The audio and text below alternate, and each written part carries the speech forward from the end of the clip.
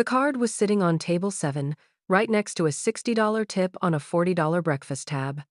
I almost didn't notice it at first, just a sleek black rectangle partially hidden under the crisp $100 bill. But when I reached to clear the plates, the overhead light caught it at an angle, and I saw the glint of platinum edges, the kind of shine that screamed money in a way my tired eyes couldn't ignore. It was 6:47 a.m. on a Wednesday in late September, and I'd been on my feet since the diner opened at 5. The morning rush was just starting to thin out construction workers heading to job sites, nurses finishing night shifts, the usual cast of characters who kept Sal's diner in business in this working-class corner of South Philadelphia. I was Naomi Carter, 27 years old, and I'd been slinging hash browns and coffee for the past 3 years while trying to save enough money to finish my accounting degree at Community College of Philadelphia. I'd dropped out when my grandmother got sick, spent her last 2 years taking care of her, and by the time she passed, I was so buried in medical debt and funeral expenses that going back to school felt like a fantasy. So I waitressed. 6 a.m. to 2 p.m., 5 days a week, plus weekend shifts at a catering company when I could get them. I lived in a studio apartment in Gray's Ferry that cost too much and had heat that worked intermittently. I took the bus everywhere because I couldn't afford a car. And I was tired, the kind of bone-deep exhaustion that came from working hard and still barely staying afloat. But I was honest. Graham had raised me to be honest, even when it hurt. Which was why I picked up the black card along with the cash, intending to catch the customer before he left. The card was heavy, real metal, not plastic with raised lettering that read, *** Dante Mancini, ***, and a phone number. No company name, no title, just the name and number in silver script against the matte black surface. On the back, embossed so subtly I almost missed it, was a family crest, a lion and a snake intertwined. I knew that crest. Everyone in South Philly knew that crest. The Mancini family had run this part of the city for 3 generations. They owned restaurants, construction companies, waste management firms, and if the rumors were true, most of the judges and half the police force. Dante Mancini was the youngest son, the one they said was being groomed to take over the family business, the one they whispered about in the same breath as words like ruthless and brilliant and dangerous. And he'd apparently just had breakfast at Sal's diner. I looked toward the door just in time to see him tall, dark-haired, wearing a suit that probably cost more than 6 months of my rent. He was flanked by 2 men in less expensive but still intimidating suits, the kind of men who stood like they were trained to hurt people efficiently. My heart hammered as I grabbed the card and the cash and hurried toward the door. "Sir, excuse me, sir." He stopped, one hand on the door, and turned. His face was all sharp angles, high cheekbones, a strong jaw, a nose that looked like it had been broken once and healed perfectly. But it was his eyes that stopped my breath. Dark brown, almost black, and absolutely assessing in the way they swept over me. "You forgot your card," I said, holding it out along with the cash. "And this is too much. The bill was only $40. You left $100. One of his men stepped forward like he was going to take the items from me. But Dante held up a hand, stopping him. He moved closer, each step deliberate, until he was standing directly in front of me. Up close, he was even more intimidating. He had at least 8 inches on my 5'6" frame, and he carried himself with the kind of confidence that came from never doubting you were the most dangerous person in any room. "You're returning my money," he said, and his voice was smooth, cultured, with just a hint of the neighborhood in the vowels. "Why?" "Because it's yours," I said, confused by the question. "You left too much. The extra was your tip. $60 on a $40 breakfast is too much. I didn't do anything special, just brought you eggs and coffee." Something flickered in his expression, surprise maybe, or curiosity. "And the card? You left it on the table. I figured you'd want it back." He took the card from my hand, his fingers brushing mine for a brief moment. His skin was warm, and I felt an unexpected jolt of electricity at the contact. Most people would have kept both, he observed. The generous tip and the valuable contact information. I'm not most people. Clearly. He studied me for a long moment, and I had the uncomfortable feeling he was cataloging every detail: my worn sneakers, my cheap polyester uniform, the exhaustion I couldn't quite hide. What's your name? Naomi. Naomi Carter. Well, Naomi Carter, he said, sliding the card back across the gap between us. I don't make mistakes. When I leave a $60 tip, I mean to leave a $60 tip. And when I leave my card, I mean to leave my card. He closed my fingers around both.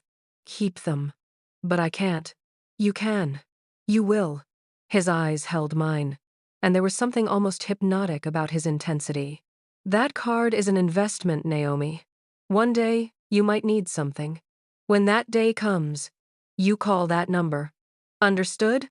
I wanted to argue, wanted to insist again that I couldn't accept either the money or the card, but something in his voice, in his posture, told me this wasn't a request. It was a command wrapped in courtesy. Okay, I said quietly. Good, he smiled, and it transformed his face from merely handsome to something almost devastating. I have a feeling we'll see each other again. Then he was gone, his men following like shadows, leaving me standing in the doorway of Sal's diner with $100 cash and a black card that felt like it was burning a hole in my palm. Girl, did you just talk to Dante Mancini? My coworker, Linda, materialized at my elbow, her eyes wide. Do you know who that is? I know, I said. And he gave you his card? I looked down at the sleek black rectangle in my hand. Apparently, Naomi. Linda gripped my arm. Men like that don't give their cards to waitresses unless they want something. You need to be careful. He just left it by accident, I said. But even as the words left my mouth, I remembered the way he'd looked at me, the deliberate way he'd made me keep it. I'm sure it doesn't mean anything, but I was wrong. It meant everything. 3 weeks later, I learned exactly why Dante Mancini had given me his card. I was in the tiny office at the back of my apartment building, arguing with my landlord, a man named Ron, who owned half the properties in Gray's Ferry and had all the warmth of a mobster himself.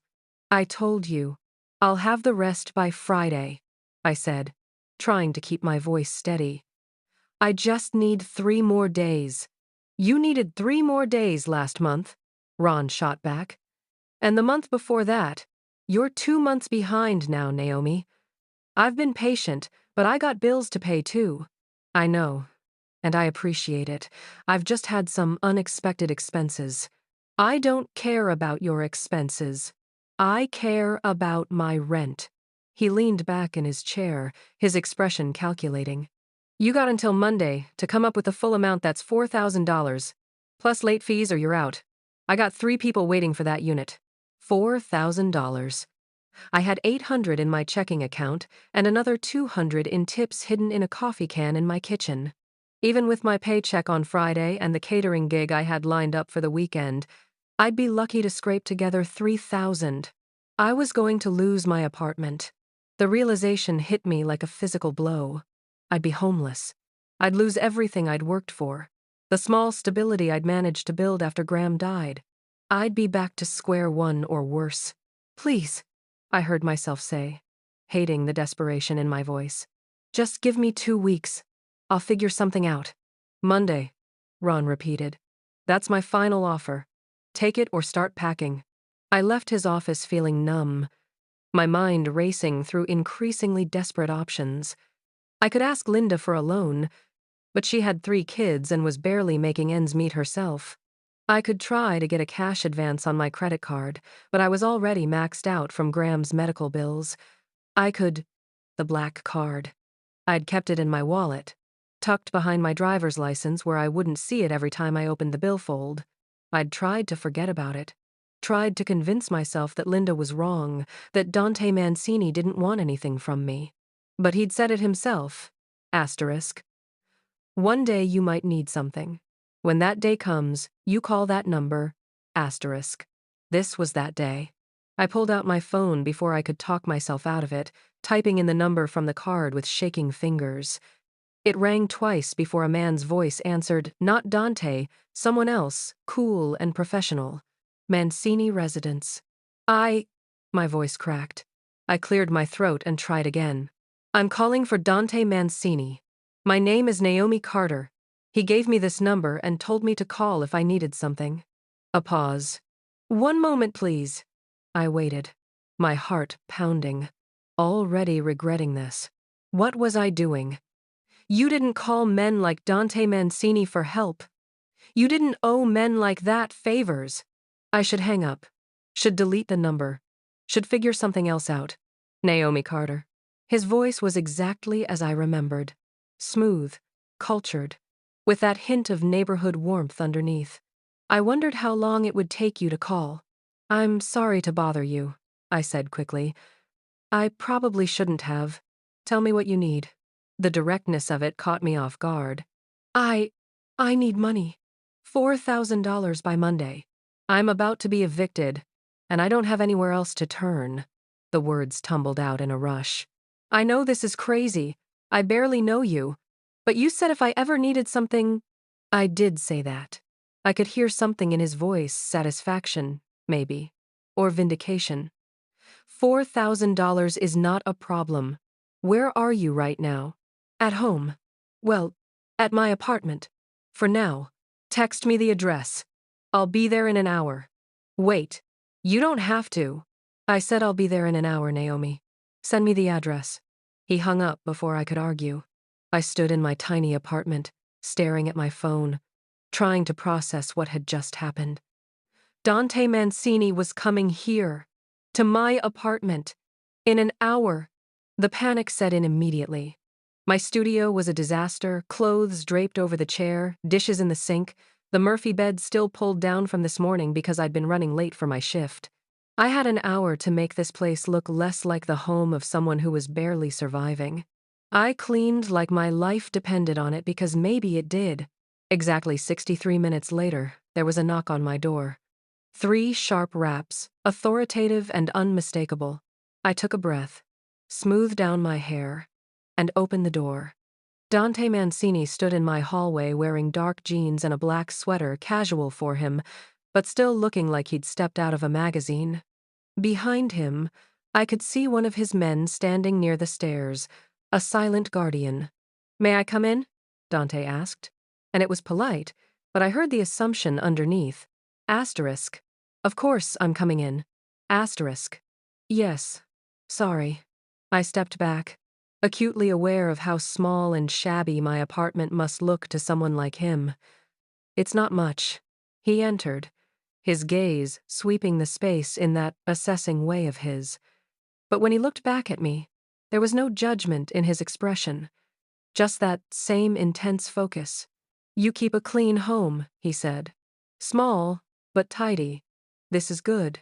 Thank you? I wasn't sure if that was a compliment or just an observation. He moved to the small table by the window, my eating area, workspace, and storage all in one, and set down a leather messenger bag I hadn't noticed he was carrying. From it, he pulled out a manila envelope and placed it on the table. $4,000, he said simply. Cash. This covers your rent and late fees, yes? I stared at the envelope, my throat tight. Yes, thank you. I don't know how to thank you enough. We'll discuss repayment terms in a moment. He pulled out one of my mismatched chairs and sat, gesturing for me to take the other. First, I want to understand your situation. You said you're being evicted. Walk me through how you got here. It should have felt invasive, this questioning. But something about the way he asked direct but not unkind made me answer honestly.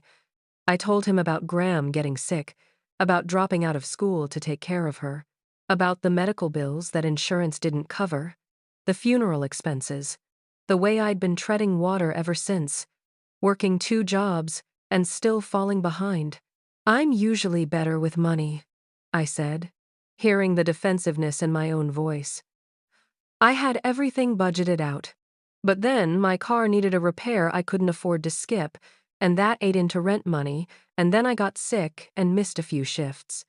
I shook my head. It all just cascaded. You tried to handle everything alone, Dante observed. No family to help? Graham was all I had. My mom died when I was 8, breast cancer. I never knew my dad. Graham raised me. I swallowed hard, and I failed her. She spent her whole life making sure I had opportunities, and I couldn't even finish college. You didn't fail her. You took care of her when she needed you. His voice was firm. This is what family does. This is loyalty. This is valuable, Naomi. The validation, coming from him, hit me harder than I expected. I blinked back. Sudden tears. Thank you, I whispered. Now, he leaned forward slightly. Let's discuss repayment. The $4,000 is a loan, not a gift. But I'm not a bank. I don't charge interest. And I don't have a payment schedule. Instead, I have a different proposal. My stomach clenched. This was it, the catch. The price. What kind of proposal? You mentioned you were studying accounting before you dropped out. How close were you to finishing your degree? The question surprised me. I had about a year left. Maybe a year and a half if I went part-time. And you're good with numbers? With organizing financial information? Yes, I said carefully. I was on the dean's list before I had to leave. I'm good at seeing patterns, finding discrepancies, understanding complex financial structures. Excellent. Dante pulled out his phone, typed something, then set it down.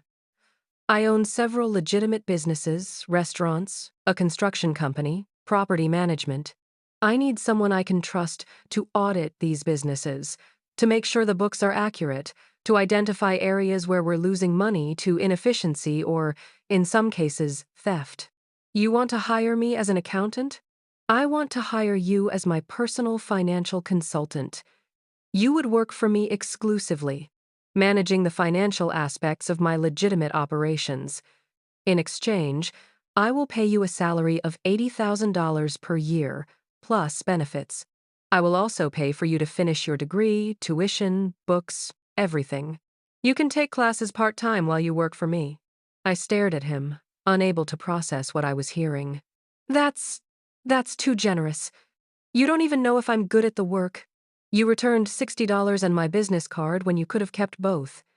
This tells me you're honest, a rare quality.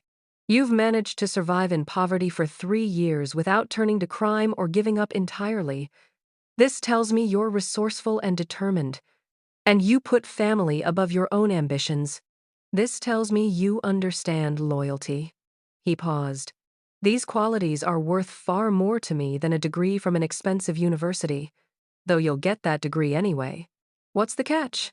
I asked. Because there had to be one. Men like you don't just hand out $80,000 jobs to waitresses. His smile was sharp. Men like me? You know what I mean. I stopped, suddenly aware that I was about to call a powerful man a criminal to his face. I'm Dante Mancini, he finished for me. And yes, my family has certain enterprises that exist outside traditional legal structures.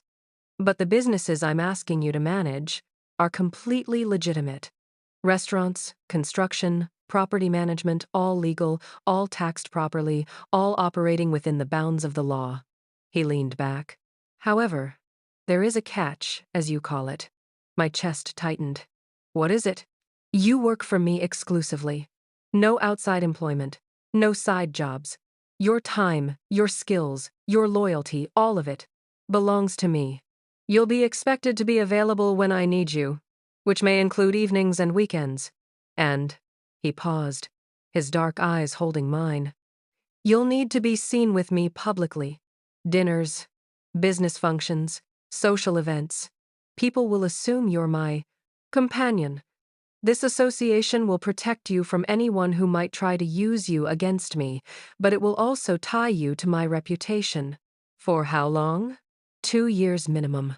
After that, if you want to leave, you leave with your degree completed, a glowing recommendation, and enough saved to start whatever life you want. But for 2 years, you're mine. The word hung in the air between us times mine asterisk. Possessive and absolute. And if I say no, then I leave the $4,000 on your table as a gift. No strings attached. You solve your immediate problem, but you continue working 2 jobs and struggling to save. Or you say yes, and in 2 years you're free, educated, and financially stable. He tilted his head. It's not really a difficult choice, Naomi. He was right. It wasn't difficult. It was impossible to turn down, impossible to understand why he was offering it, impossible to trust that it was real. Why me? I whispered. You could hire any accountant in the city. Why go to all this trouble for a waitress you met once?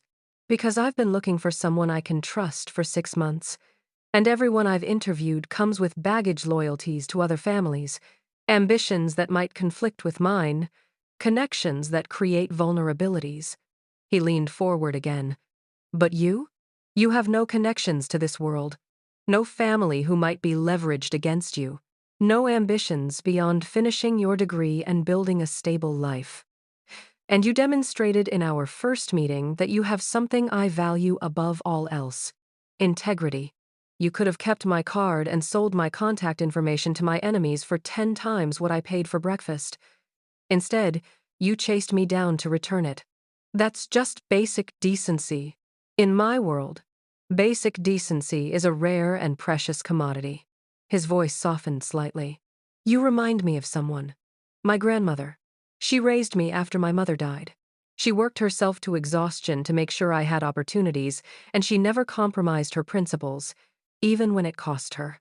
When I look at you, I see that same strength, that same loyalty, and I want that working for me, not wasting away in a diner. The comparison to his grandmother should have felt patronizing. Instead, it felt like recognition, like being seen for the first time in years. If I say yes, I said slowly, I need my own conditions. His eyebrows rose. You want to negotiate? You want someone with integrity, right? Someone who stands by their principles? Well, my principles say I don't go into any arrangement without clear terms. A slow smile spread across his face, genuine pleasure at being challenged. State your conditions. First, I want it in writing. Contract, salary, job description, exit clause, all of it official. Done. What else? Second, I want to keep my apartment. You're paying me enough that I can afford it. And I need somewhere that's mine. Not yours. Not connected to your business mine. Reasonable. Continue. Third, the work I do stays legal. I'll manage your legitimate businesses, but I won't touch anything illegal. I won't launder money. I won't cook books. I won't be part of anything that could put me in prison. I've worked too hard to throw my life away. The work I'm offering is entirely legal, Dante said. I have other people who handle the less legitimate aspects of my enterprises. You will never be asked to touch that side of the business. You have my word. And fourth, I took a breath. When the 2 years are up, I walk away clean. No obligations, no debts, no one more job. I get my freedom. Agreed. He pulled out his phone again, typed rapidly, then turned the screen toward me. I'm having my lawyer draw up a contract with these exact terms. You'll have it within the hour. Read it carefully, take your time, and sign it only when you're comfortable. In the meantime, he gestured to the envelope on the table. Consider this an advance on your first month's salary. I stared at the envelope, at this man who was offering me a way out of the hole I'd been drowning in, and felt that same reckless freedom I'd read about in the other story, the sense of making a choice that was irrevocably mine. Okay, I said. I'll do it. Excellent. Dante stood, extending his hand. Welcome to the Mancini organization, Naomi Carter. I took his hand, feeling that same electric jolt from our first meeting, and wondered what I'd just signed myself up for. The contract arrived via courier 2 hours later, and I spent the rest of the evening reading every word, every clause, every possible loophole. It was exactly as Dante had promised. 2-year employment, $80,000 annual salary, full benefits including health insurance, something I hadn't had since Graham died, tuition reimbursement up to $50,000, and a clean exit clause that stated after 24 months of satisfactory service, I could leave with no further obligation. I signed it at midnight, sitting at my small table with a pen that had been included with the contract, expensive, weighted, the kind of pen that made signatures feel important. The next morning, I gave my notice at Sal's diner. "You're quitting?" Linda looked at me like I'd grown a second head. "Naomi, you love this job." "I love the people," I corrected. "I don't love being broke." I took a breath. "I got offered a position with better pay. I start Monday." "This wouldn't have anything to do with that mob boss who gave you his card, would it?" The way she said "mob boss" made me bristle with defensiveness I didn't entirely understand. "His name is Dante Mancini, and he owns legitimate businesses. He needs an accountant. I'm qualified. It's a good opportunity." "Naomi," Linda gripped my arm, "I'm just worried about you, honey. Men like that see potential in people who've been overlooked their entire lives," I interrupted. "I'm taking the job, Linda, but I appreciate your concern." She didn't look convinced, but she hugged me anyway. "You call me if you need anything, you hear? And if he turns out to be trouble, you run." "I will," I promised, though I wasn't sure I meant it. Monday morning, I reported to an address in Rittenhouse Square, one of the most expensive neighborhoods in Philadelphia. The building was a converted brownstone, beautiful and understated in the way only truly expensive things could be. A woman in her 40s met me at the door, professionally dressed, warm but efficient. "Naomi Carter?" "I'm Margaret Chen, Mr. Mancini's executive assistant. Welcome. Let me show you to your office." My office. I'd never had an office before. I'd worked retail, food service, catering, always on my feet, always moving, never with a space that was mine. But Margaret led me to a second-floor room with tall windows overlooking the street, a real wooden desk, a desktop computer that looked brand new, and bookshelves already stocked with accounting references. "Mr. Mancini will join you shortly to go over your initial assignments," Margaret said. "In the meantime, there's coffee in the break room, and I've left some orientation materials on your desk. Your employee ID, insurance information, direct deposit forms, all the usual paperwork." After she left, I stood in my office times, and felt something crack open in my chest. Hope, maybe, or possibility. The sense that maybe, just maybe, my life was about to become something more than survival. "Do you like it?" I spun around to find Dante leaning in the doorway, watching me with those dark, assessing eyes. "It's perfect," I said honestly. "I didn't expect. This is really too much." "It's what you deserve." He entered the office, moving to stand beside me at the window. "You'll be spending significant time here. It should be comfortable." We stood side by side, looking out at the morning bustle of Rittenhouse Square professionals heading to work. Nannies pushing expensive strollers, a world I'd only ever observed from the outside. "I reviewed your transcripts from community college," Dante said. "Your professors had excellent things to say about you. One noted that you had an almost preternatural ability to identify financial irregularities. This is exactly what I need." "You read my transcripts?" "I research my investments thoroughly." He said it without apology. "And you are an investment, Naomi. One I expect will prove very valuable." The way he said it, clinical but somehow intimate, sent a shiver down my spine. "Your first assignment is straightforward," Dante continued. "I need you to audit the books for my 3 restaurants. I believe one of my managers has been skimming. Find the discrepancy, calculate the loss, and provide me with a detailed report by the end of the week." That's a lot to do in 1 week. "Can you handle it?" I thought about the years I'd spent juggling 2 jobs, managing Graham's care, making every dollar stretch as far as possible. I thought about the accounting classes where I'd consistently scored the highest grades, where complex financial problems had felt like puzzles I was uniquely equipped to solve. "Yes," I said. "I can handle it." His smile was approving. "Then let's begin. I found the discrepancy in 3 days. The manager of Dante's flagship restaurant, an upscale Italian place in Old City, had been clever about it. He wasn't taking large amounts that would trigger immediate red flags. Instead, he was shaving small percentages off multiple revenue streams, inflating food costs by a few dollars per order, reporting liquor inventory as shrinkage when it was actually being sold off books, pocketing a portion of catering deposits. Individually, the amounts were negligible, but over 18 months, he'd stolen nearly $80,000. I presented my findings to Dante in his private office on Thursday evening, laying out spreadsheets and receipts and a detailed timeline of the theft.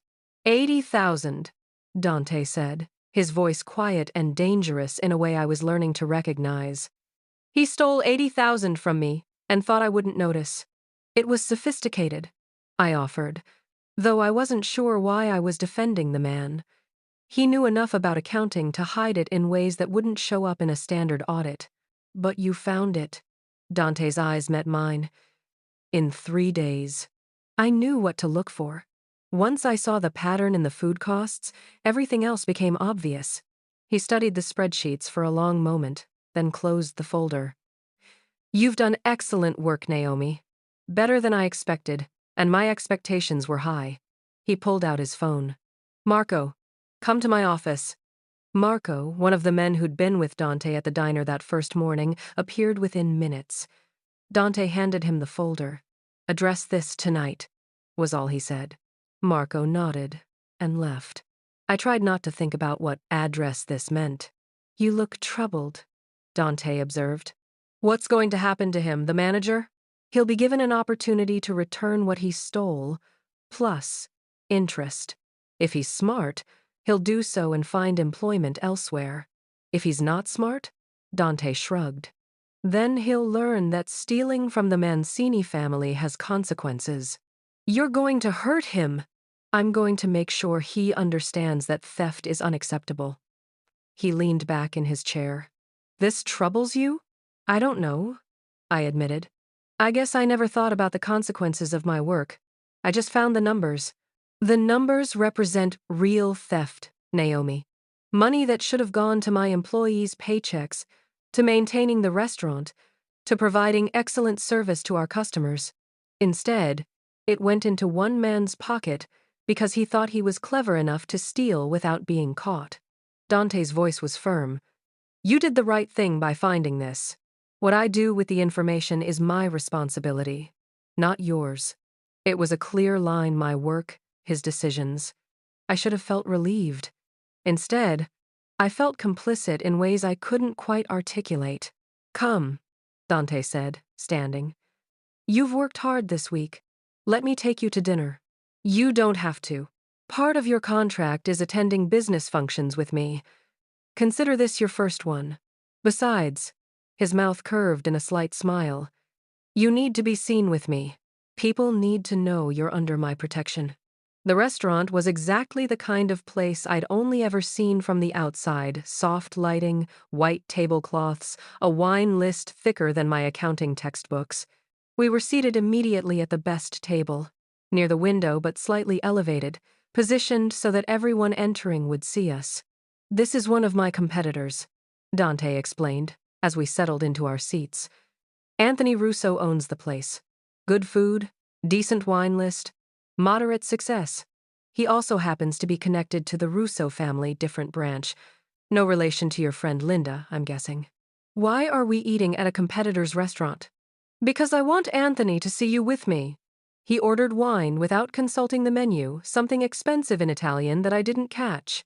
Word has already spread that I hired a new financial consultant. Anthony will be curious. When he sees you young, beautiful, clearly intelligent, he'll make assumptions about our relationship. What kind of assumptions? That you're mine.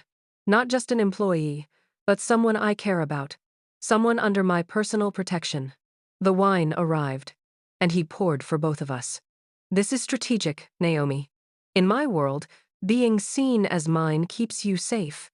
Men who might otherwise try to use you against me will think twice. Rival families who might see you as a weakness will instead see you as a statement of power. So I'm a prop. You're a partner, he corrected. And partnerships require perception management. I sipped the wine. It was incredible, rich and complex in ways I didn't have vocabulary for, and tried to process this new dimension of my role. There he is, Dante said quietly.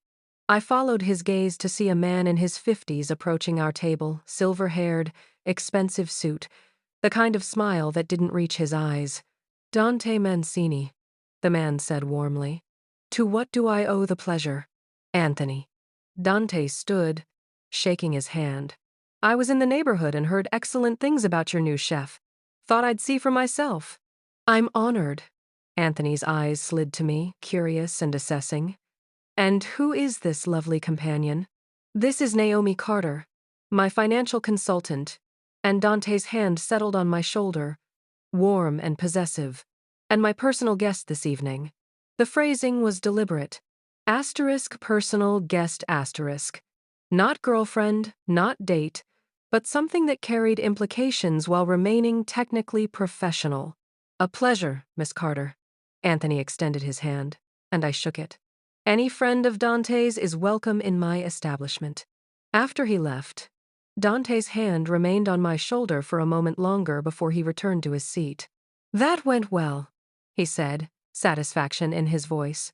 By tomorrow, everyone in the organization will know I've claimed you. Claimed? The word stuck in my throat. Poor word choice. But his slight smile suggested it wasn't. Protected. Valued. However you prefer to phrase it. I prefer employed, I said, sharper than I intended. Then employed it is. He raised his wine glass. To new partnerships and successful audits. I clinked my glass against his, trying to ignore the flutter in my chest when his eyes held mine across the table. Over the next 3 months, I fell into a rhythm that felt almost normal, if normal included auditing the finances of a mob family's legitimate businesses and attending dinners with dangerous men who smiled while discussing territory disputes. I found efficiencies in Dante's construction company that saved him $100,000 annually. I identified a property manager who was inflating repair costs and pocketing the difference. I restructured the accounting systems across all his businesses to make theft harder and transparency easier. And I was good at it. Better than good. I was exceptional. Dante noticed. Of course he noticed. He noticed everything. You have a gift for this, he said one evening, as we reviewed financial projections in his office. You don't just find problems. You see solutions, opportunities, ways to make the businesses stronger. I like puzzles, I said. Financial systems are just complicated puzzles. It's more than that. He leaned back in his chair, studying me with that intensity I'd learned to recognize. You care. These businesses aren't just numbers on spreadsheets to you. You see the people they employ, the families they support. You want them to succeed. He was right, though I hadn't fully articulated it to myself. Dante's restaurants employed dozens of people, line cooks and servers and dishwashers working hard to support their families, just like I'd done at Sal's. His construction company provided good jobs with benefits to men who might otherwise struggle to find legitimate work. Even the property management company, for all its flaws, maintained affordable housing in neighborhoods that might otherwise have been gentrified beyond reach. I guess I do, I admitted. This is why you're valuable to me, Naomi. He stood, moving around his desk to lean against it in front of me. You make me better, more legitimate. You make me think about the businesses as more than just revenue streams. You make me, he paused, seeming to search for words. You make me want to be the man you see when you look at me. My breath caught. What man is that? Someone building something. Someone who protects his people. Someone who might be more than just another Mancini enforcer. The vulnerability in his voice was unexpected and devastating. This man, this powerful, dangerous, controlled man was showing me something real beneath the armor. Dante, I started, but I didn't know how to finish the sentence. I know, he said quietly. I know this is inappropriate. You work for me. You're here because of a contract, not by choice. But I need you to know. His hand reached out, almost touching my face before he caught himself and pulled back. I need you to know that you've become more than an employee to me, more than a strategic asset. You've become someone I think about when I shouldn't. Someone I want to protect, not because it's good business, but because the thought of you being hurt makes me— He broke off, jaw clenched. Makes you what? I whispered. Capable of things I've spent years learning to control. We stood there in his office, the air between us charged with something dangerous and irresistible. I knew I should step back, should remind him about professional boundaries, should remember that I worked for him and this couldn't happen. But I didn't want to step back. I wanted to lean forward. I wanted to see what would happen if I stopped pretending I didn't feel this pull, this attraction that had been building since the morning he'd walked into Sal's diner and looked at me like I mattered. Mr. Mancini. Margaret's voice came through the intercom, shattering the moment. Your 8 o'clock appointment is here. Dante's eyes closed briefly, frustration and relief warring in his expression. Thank you, Margaret. I'll be right there. He stepped back, putting professional distance between us once more. We should discuss this another time, when we're both thinking clearly. I nodded, not trusting my voice. As I gathered my things to leave, he called my name, Naomi. I turned back. You're not obligated to feel anything for me, he said quietly. The contract doesn't include that. If what I just said makes you uncomfortable, we can pretend it never happened. You'll continue your work, complete your degree, and leave after 2 years exactly as planned. And if I don't want to pretend it never happened? His eyes blazed. Then we'll discuss it another time, when I can give you my full attention.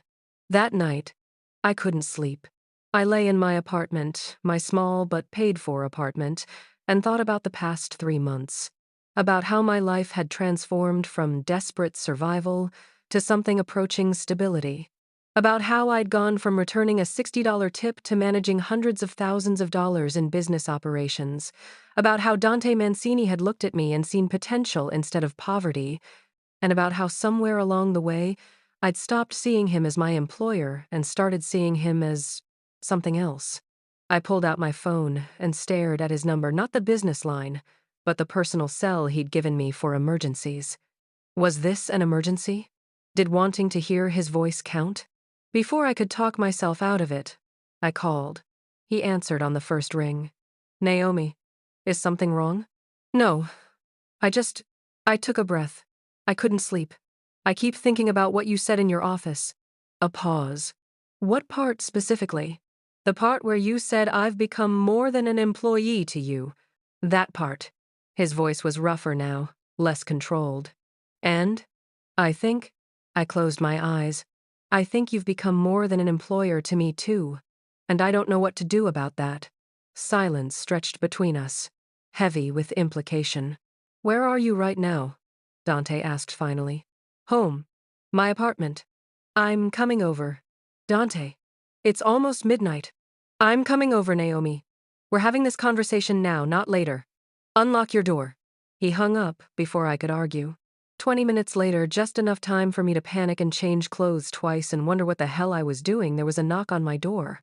I opened it to find Dante in jeans and a dark sweater, looking younger and somehow more dangerous without the armor of his expensive suits. We need to talk, he said. I know. May I come in? I stepped aside, and he entered my small apartment for the second time.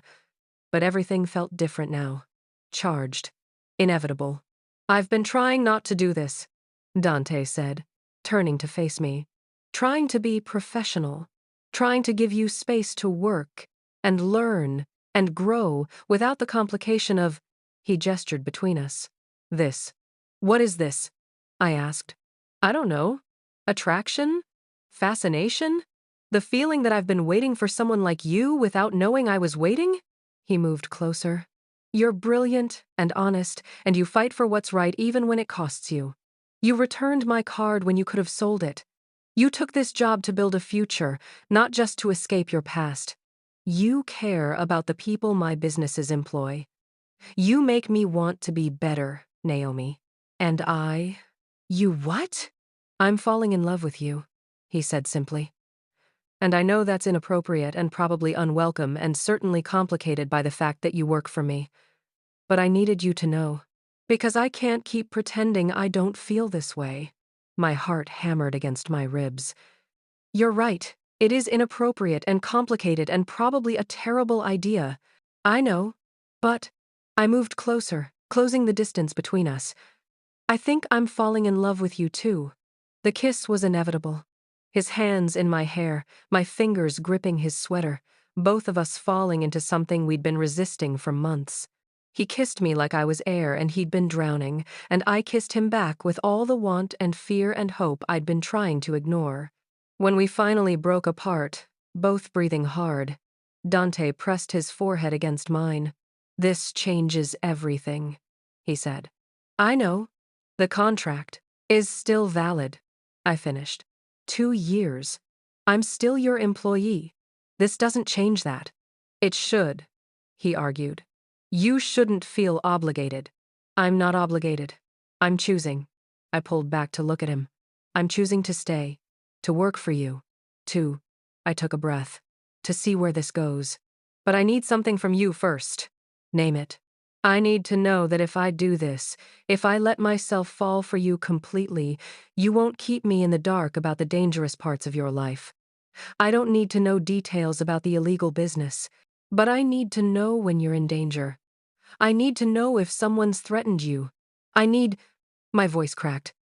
I need to be able to protect you too. His expression softened into something almost tender. You want to protect me? Someone has to. You spend all your time protecting everyone else. He kissed me again, softer this time. I will tell you what I can, when I can. I promise. Then I'm in. All in. Are you sure? Because once we do this, once we become more than employer and employee, I won't be able to let you go. Not after 2 years, not ever. Good, I said. Because I don't want to be let go. 18 months later. The restaurant was mine. Not in the sense that I managed it, though I'd done that too. Mine in the sense that it had my name over the door.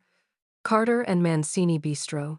A space that blended Southern comfort food with Italian sophistication, serving dishes that honored both my grandmother's recipes and Dante's heritage. It was the business degree capstone project I'd never imagined, funded by Dante, managed by me, a physical manifestation of what we'd built together. I stood at the door for the grand opening, wearing a dress that Dante had insisted I let him buy. We'd argued about it, and he'd won by pointing out that as his partner in everything, I needed to look the part. Watching as guests arrived. Food critics, business associates, from both legitimate and less legitimate circles, friends and family. Linda was there with her kids, marveling at the transformation from diner waitress to restaurant owner. Margaret had flown in from a business conference to attend. Even Ron, my former landlord, showed up and grudgingly admitted the place looked decent. And Marco, Dante's right-hand man, not the skimming manager but the loyal enforcer, stood at the door in a suit, looking less like muscle and more like a maitre d', ensuring everything ran smoothly. But my eyes kept finding Dante. He moved through the crowd with easy confidence, shaking hands and making introductions, the perfect host. But every few minutes, his gaze would find mine across the room, and I'd see the heat there, the pride, the love he no longer bothered to hide. You did it, he said, finding me during a quiet moment. Your dream, your restaurant, your success. Our success, I corrected. I couldn't have done this without you. You could have. It would have taken longer, and the path would have been harder. But you would have found a way. That's who you are, Naomi. You find a way. I looked at this man who'd walked into my life over a black card and a $60 tip, who'd seen potential in me when I'd seen only survival, who'd given me not just opportunity but partnership. Any regrets? I asked, echoing the question he'd asked me dozens of times over the past year and a half. Not a single one. He pulled a small box from his pocket, and my heart stopped. But I do have a question, Dante. Let me ask. He opened the box to reveal a ring. Simple, elegant, with a single diamond that caught the light. Your 2-year contract expires in 6 months. I could offer you a new contract, new terms, a partnership agreement for the businesses. But instead, I'm asking you to sign a different kind of contract, one that doesn't expire, one that makes you my partner in everything, officially and permanently. Naomi Carter, will you marry me? I thought about the woman I'd been 18 months ago, exhausted, broke, struggling, seeing no future beyond the next rent payment. I thought about the woman I'd become, educated, successful, powerful in ways I'd never imagined, loved by a man who saw me as his equal. Yes, I said, tears streaming down my face. Yes, but I have one condition. He smiled, slipping the ring onto my finger. Of course you do. Name it. We hyphenate. Carter Mancini or Mancini Carter. I'm not losing my name. Done. Anything else? Actually, yes. I pulled out my own folded paper from my purse, something I'd had prepared weeks ago, waiting for this moment. I want to renegotiate your original offer. His eyebrows rose. Renegotiate how? I want to buy into your legitimate businesses, not as an employee, but as a partner. 40% ownership across all of them. I'll put up capital from my savings and the profit sharing you've been paying me, and in exchange, we make it official. This isn't just you protecting me anymore. This is us building an empire together. Equal partners, equal risk, equal reward. For a moment, he just stared at me. Then he laughed, real, genuine, delighted laughter. You want to negotiate our business partnership on the night I propose marriage? I'm an accountant. I believe in clear terms and fair contracts. God, I love you. He pulled me close, kissing me in the middle of my restaurant, surrounded by the life we'd built. Yes, 40%. Equal partnership. I'll have the lawyers draw up the papers tomorrow. And the wedding? Whenever you want. As big or as small as you want. Whatever makes you happy. I looked around at the restaurant, full of people celebrating our success, at the empire we'd built from a returned $60 tip and a black card that had changed both our lives, at the future spreading out before us with infinite possibility. I'm already happy, I said, but I wouldn't mind making it official. He kissed me again, and I tasted promise and partnership and love that had started with a debt and become something far more valuable than money. Sometimes the devil didn't come to collect. Sometimes he came to invest. And if you were smart enough to negotiate good terms and brave enough to take the risk, you might just find yourself building a heaven of your own design. I'd done exactly that, and I was never looking back.